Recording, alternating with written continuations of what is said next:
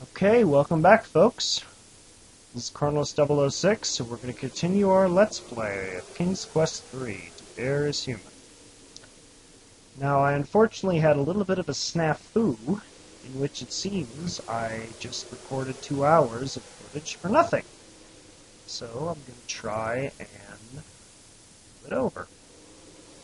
And as such, I might only record a certain amount, because I'm afraid if You retrieve the playing, dried snake skin from the hot desert sand. It's delicate and could easily crumble. in that if I keep playing for too long, I'm gonna lose more footage.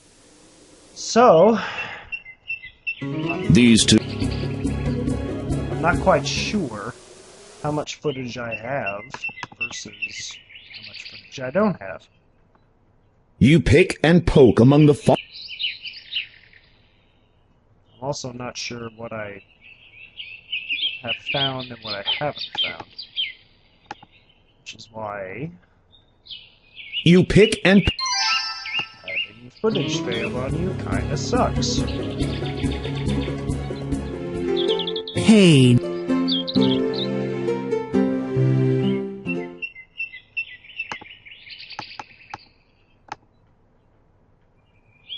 Yeah, I'm kind of frustrated.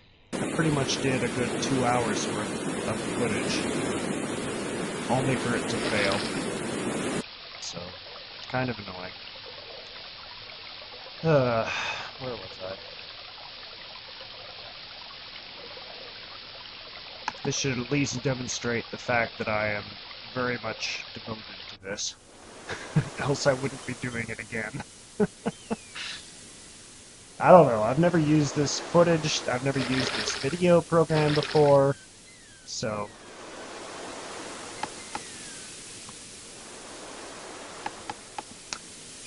But, I love you guys, so I'll do it again. It's okay.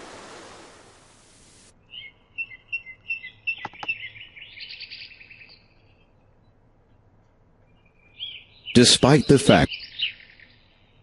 Sorry if I'm kind of skipping through things, I'm a little annoyed. You I slide want to the... get it done quicker, so...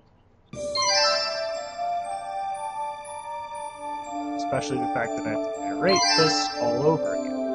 So.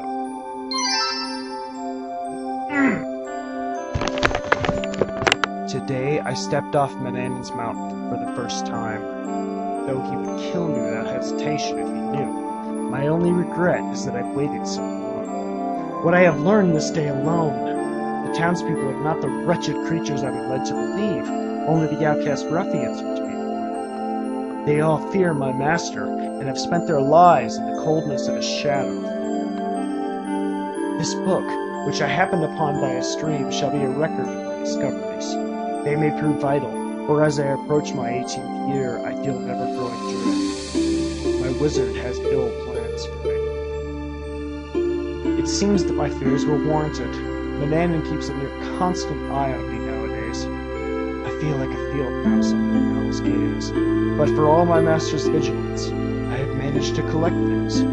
Corks, forks, oddly shaped stones, anything I dare call my own. My quarters are their keep, and will remain so while I live in this roof.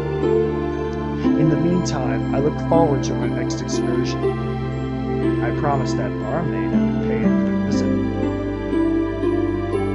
2 hours. 2 hours. That's how long the wizard had me hanging from the kitchen rafters, and only because I missed the smallest spot of my sweeping. That stupid cat. It waited till I finished before trampling ash from the fireplace. I have to get away, if only to save myself from further headaches and humiliation. My brief outings are risky, but no less regular. Each day rewards me with greater insight. Today's was the most fascinating. I have seen my first ship. For too long I stood on the pier in awe of its massive masts and mainsail. The sailors directed me to the tavern, where I made their captain's acquaintance.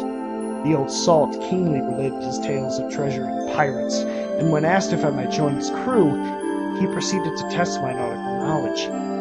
My answers must not have impressed him, for he said that I was too old to be a captain boy. I left disappointed, yet hopeful that I may yet meet a seafarer willing to enlist a novice.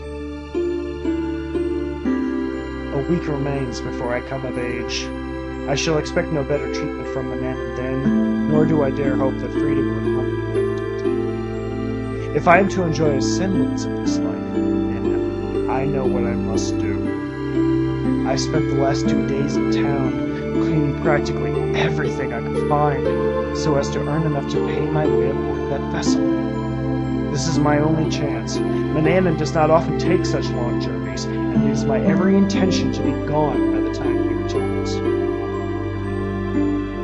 I rose early this morning, and packed my few belongings. I barely slept. It was a dangerous descent in the pre-dawn haze, but by the time I reached the base of the mountain, I was smiling more broadly than I thought possible. This lasted about 30 paces, after which I don't remember anything for some time. The lump on my head, along with my missing possessions, suggests I was attacked by that band of lawless mongrels. It was well past noon when I staggered onto the pier. The ruffians must have dealt me a fair blow, because it took me several minutes to realize that I no longer had any money, and several more to notice that the ship had sailed. Manannan returned late in the evening, demanding supper. It is unfortunate that he pays little attention to my appearance. Fortunate, rather. With a pear-sized bulge up top and eyes redder than embers, I must have looked a sight. What is it they say about clouds and linings? I don't know, but I found something today which lifted my spirits. While dusting Manannan's study, I noticed that a few of the books were attached to the shelves and made a curious sound when moved. After fiddling with them for a time, I was surprised to see a trap door open in the floor. How it managed to miss that all these years, I'll never know.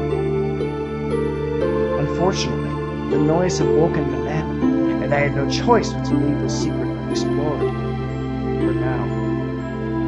And as you might have guessed, this would be important to take note of.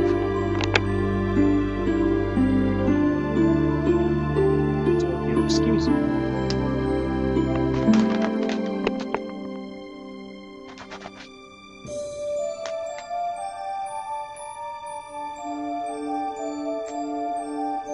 And this is completely random every time, unfortunately.